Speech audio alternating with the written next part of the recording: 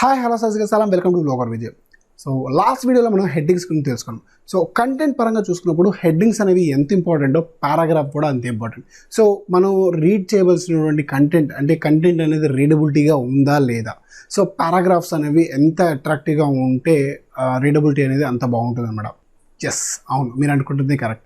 So ఈ వీడియోలో మనం పారాగ్రాఫ్స్ గురించి తెలుసుకున్నాము. మరికెందుకు కలిసి ఎక్కడ స్కిప్ చేయకుండా చివరి వరకు చూడండి. Stay tune to blogger Vijay.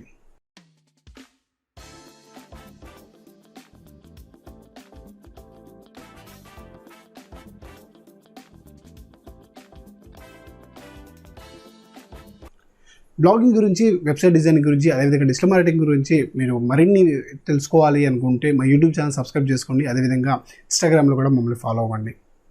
So మీకు ఎటువంటి వీడియోస్ కావాలని కామెంట్ చేసినట్లయితే ఆ వీడియోస్ నేను చేయడానికి ట్రై చేస్తాను. సో కంటెంట్ పరంగా చూసుకున్నప్పుడు హెడ్డింగ్స్తో పాటు పారాగ్రాఫ్స్ కూడా చాలా ఇంపార్టెంట్. సో అటువంటి పారాగ్రాఫ్స్ని మనం గుటెన్బర్గ్లో బ్లాగ్స్లో పారాగ్రాఫ్ బ్లాగ్స్ని ఏ విధంగా ఇన్సర్ట్ చేయాలి, సో వాటికి సంబంధించినటువంటి మోడిఫికేషన్స్ ఎలా చేసుకోవాలి అనేది మన కంప్యూటర్ స్కిల్లోకి వెళ్ళి తెలుసుకుందాము.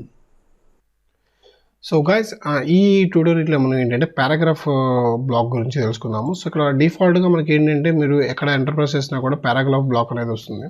సో ఇక్కడ ఏం చేస్తున్నా అంటే ఒక పారాగ్రాఫ్ బ్లాక్ని యాడ్ చేస్తున్నాను. సో పారాగ్రాఫ్ బ్లాక్ డిఫాల్ట్గా ఉంది. ఓకే, ఇక్కడ నేను కొంత టెక్స్ట్ని టైప్ చేయాలనుకుంటున్నాను. సో ఇక్కడ లైవ్లో టైప్ చేస్తే టైం పడుతుంది కాబట్టి ఇక్కడ నేను లోరెన్స్ అనేటువంటి డమ్మీ టెక్స్ట్ని నేను యూజ్ చేస్తున్నాను. సో డమ్మీ టెక్స్ట్ వచ్చేసింది. ఓకే, సో నేను ఒక మూడు పారాగ్రాఫ్ బ్లాక్స్ని ఇక్కడ ఇన్సర్ట్ చేశాను.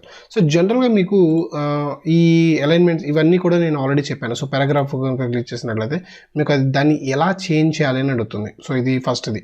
సో సెకండ్ వచ్చేసి ఏంటంటే ఈ బ్లాక్ని మూవ్ చేయడానికి, సో ఎక్కడికి మూవ్ చేయాలి అంటే ఈ సింబల్ అనేది మనకి యూజ్ అవుతుంది అనమాట.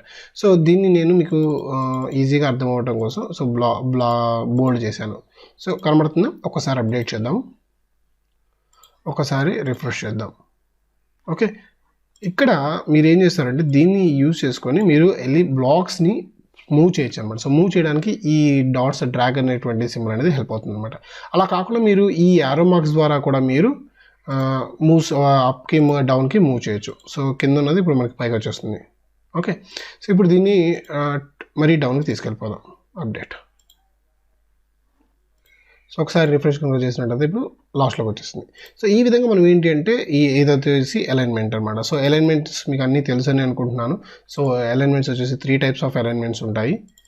సో అలైన్మెంట్స్ అనేవి ఇక్కడ మనకి 3 types ఆఫ్ అలైన్మెంట్స్ ఉన్నాయి. ఆ 3 types ఆఫ్ అలైన్మెంట్స్ మనం యూస్ చేయొచ్చు.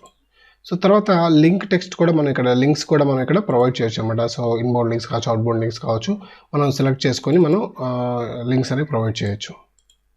సో ఇవన్నీ కూడా మనం యూస్ చేయొచ్చు, ఈ ఎలిమెంట్స్ కూడా.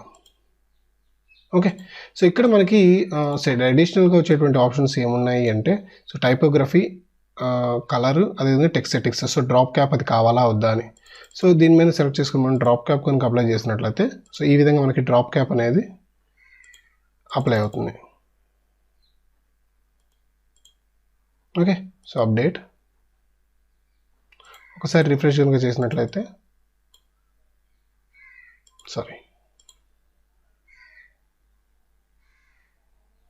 సో ఈ విధంగా మనకి డ్రాప్ క్యాప్ అనేది అప్లై అవుతుంది అనమాట.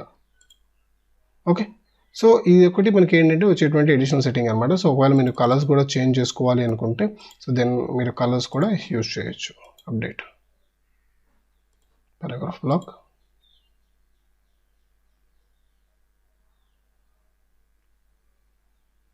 ఓకే, కలర్ కూడా అప్లై అవుతుంది.